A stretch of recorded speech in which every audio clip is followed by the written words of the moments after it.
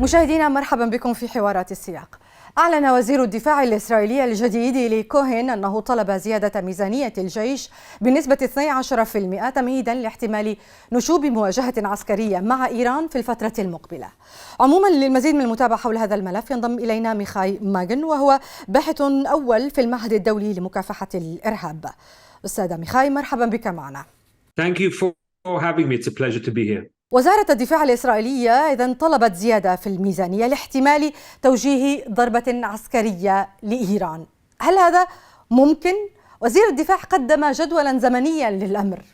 Well, let me first say ministries of defense always ask for an increase in the budget. Okay, so it's not indicative of anything immediate. As you know, we have a new Israeli government that has just been sworn in. And the first major task of this new government will be to pass a budget, which is what they will be working on in the winter ahead of a crucial vote in the spring. And so each ministry will be asking for increases in its budget. That's part of the normal budget negotiation. Let me just say that in 2022, the budget of the State of Israel, of the Israeli government, was something like $165 billion. And out of that, about $18 billion was the budget of the Ministry of Defense.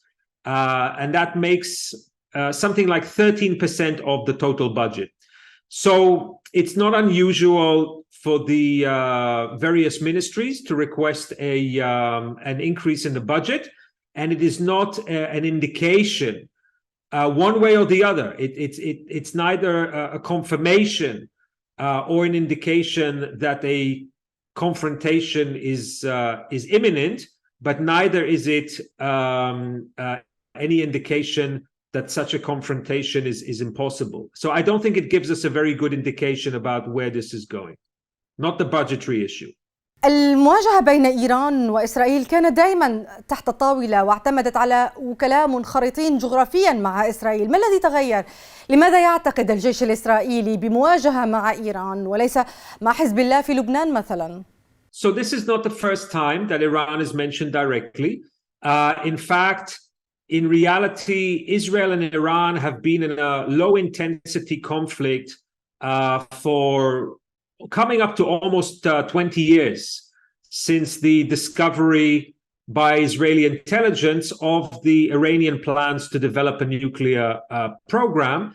And it's true, you are correct, that most of the time we as observers do not see the above ground manifestation of this conflict, but this conflict is going on all the time at different levels and in different areas: cyber attacks, intelligence operations, and so on and so forth. So there's nothing new about this. What is new is Iran's growing ability and indeed action to enrich uranium to the level of 60% enrichment. That is one crucial element in achieving a military nuclear program, and Iran has made a lot of progress in this area of enrichment. But that doesn't mean that a conflict is inevitable. There is one important change that you mentioned, and that is in the past, much of the confrontation was really channeled through the actions of Hezbollah in Lebanon and Hamas and Palestinian Islamic Jihad in Gaza. And Iran provided these proxies with a lot of support. What has happened over the last several years, however, is that Iran has become much more directly involved in seeking to develop military bases in Syria. And Iran is also, as we've just said, making progress with enrichment of uranium, which makes the confrontation increasingly direct rather than through proxies. أفهم من حديثك أن الهدف في هذه المرحلة هو منع تعزيز الوجود العسكري الإيراني في سوريا. Yes, this is, I mean, the most important goal, the most important strategic goal for Israel is to ensure its national security, primarily by making sure that Iran does not become a nuclear military power, and at the same time that the support that Iran provides to proxies such as Hezbollah, such as Hamas, but also militias that are based in Syria, that support does not threaten Israel too much. And so that is the overall strategy. And Israel has said that it has red lines in Syria. It will not allow Iran to build sophisticated attack capabilities based in Syria. And Israel is taking action to make sure that Iran is unable to turn Syria effectively into a second Lebanon that can point tens of thousands of rockets towards Israel. بعد التقارب الروسي الإيراني الأخير واستعانة موسكو بطائرات من دون طيار الإيرانية في حربها بأوكرانيا، هل ستتمكن إسرائيل من الدفع بسهولة إلى حشد دولي ضد إيران؟ No, I don't think the task is harder for Netanyahu. I think it's the opposite. I think it's actually easier because the growing alliance between Iran and Russia puts Iran in the camp of Vladimir Putin and Russia. And because of Russia's war against Ukraine and because of the strengthening alliance, a Western alliance against Russia, that association, that growing association of Iran with Putin's Russia, I think highlights not only to American audiences, but to European audiences and audiences around the world, that Iran is part of the problem in the Middle East and not part of the solution. So that rapprochement, that set of growing ties between Russia and Iran, I think actually makes it much easier for all of us, those of us who want to prevent Iran from becoming a nuclear-armed state, for making that case to the American audiences, the relevant American audiences, but also the relevant European audiences. I'll mention to you that many European countries are moving very, very quickly to list the Iranian Revolutionary Guards as terrorist organizations. And so I think making the case now against this regime that is also, as we know, killing its children, killing young people who are protesting in Iran. Iran is seen to be a very brutal dictatorship.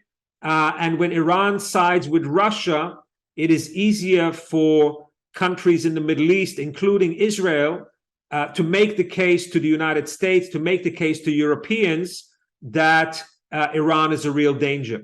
ماذا عن باقي دول المنطقة التي تشارك إسرائيل العداء لإيران؟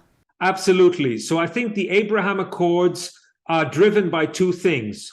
One is fear of Iran, and the second is by hope for a better future for all of us. And so as Iran is showing its face as a very brutal, very cruel dictatorship that is making progress towards a nuclear bomb, that brings Sunni Arab states and Israel closer together in a widening circle of peace. It strengthens the rationale for closer relations between not only the UAE and Bahrain and Morocco and Sudan with Israel, but also crucially Saudi Arabia and Israel. And that is very, very important. But the Abraham Accords is not just about fear, it's also about hope. We all want our children to have better opportunities in the future. We all have to prepare for the effects of climate change, to provide better water security, better food security. So Israel and its Arab friends and Arab neighbors are also motivated by hope for the future and not just by fear from Iran, but certainly fear from Iran is an important factor in developing the alliance. سؤالي الأخير ربما يناقض ما ذكرناه منذ البداية، إذ يقول محللون إن إيران محاطة بقواعد عسكرية أمريكية وبميزانية عسكرية أصغر من كندا، لماذا تمثل كل هذا التهديد؟ That's a great question, and I think it's a combination of ideology and a particular genius that this Iranian regime, not the Iranian people, but the Ayatollah regime, they have a particular genius for destruction and for disruption. So they have a very aggressive ideology that is not only anti-Israel, but it is anti-Sunni Arab states. They have a sense of themselves as being a great Persian empire that should return to dominate the Middle East. And they are very, very talented in nurturing proxy forces, terrorist organizations from Afghanistan all the way to the Sahel. They are also trying to influence politics in Latin America and Venezuela and elsewhere. And they are very good at disruption. As you know, it's much easier to disrupt something, to destroy something, than to build something positive. So this Iranian regime is not good at building anything. Wherever they touch, whether it's in Yemen or Lebanon or Syria or elsewhere or Iraq, they create destruction and poverty and misery. But they have this ability to sow chaos and destruction, but not to build a better future. So this, I think, is really the hope for all of us, that the people of the Middle East want a better future. They want peace, they want stability, they want prosperity. This is not something that the Ayatollah regime can offer them. But this is something that through the Abraham Accords, we can together offer the people of the Middle East. And inshallah, we'll persuade the people of Iraq, the people of Lebanon, even eventually the people of Syria and Yemen, to join the camp of peace and prosperity and not the camp of destruction that Iran is offering. أميخاي ماجن، شكرا للمشاركة معنا في حوارات السياق. Thank you very much. مشاهدينا، شكرا على طيب المتابعة. إلى الملتقى.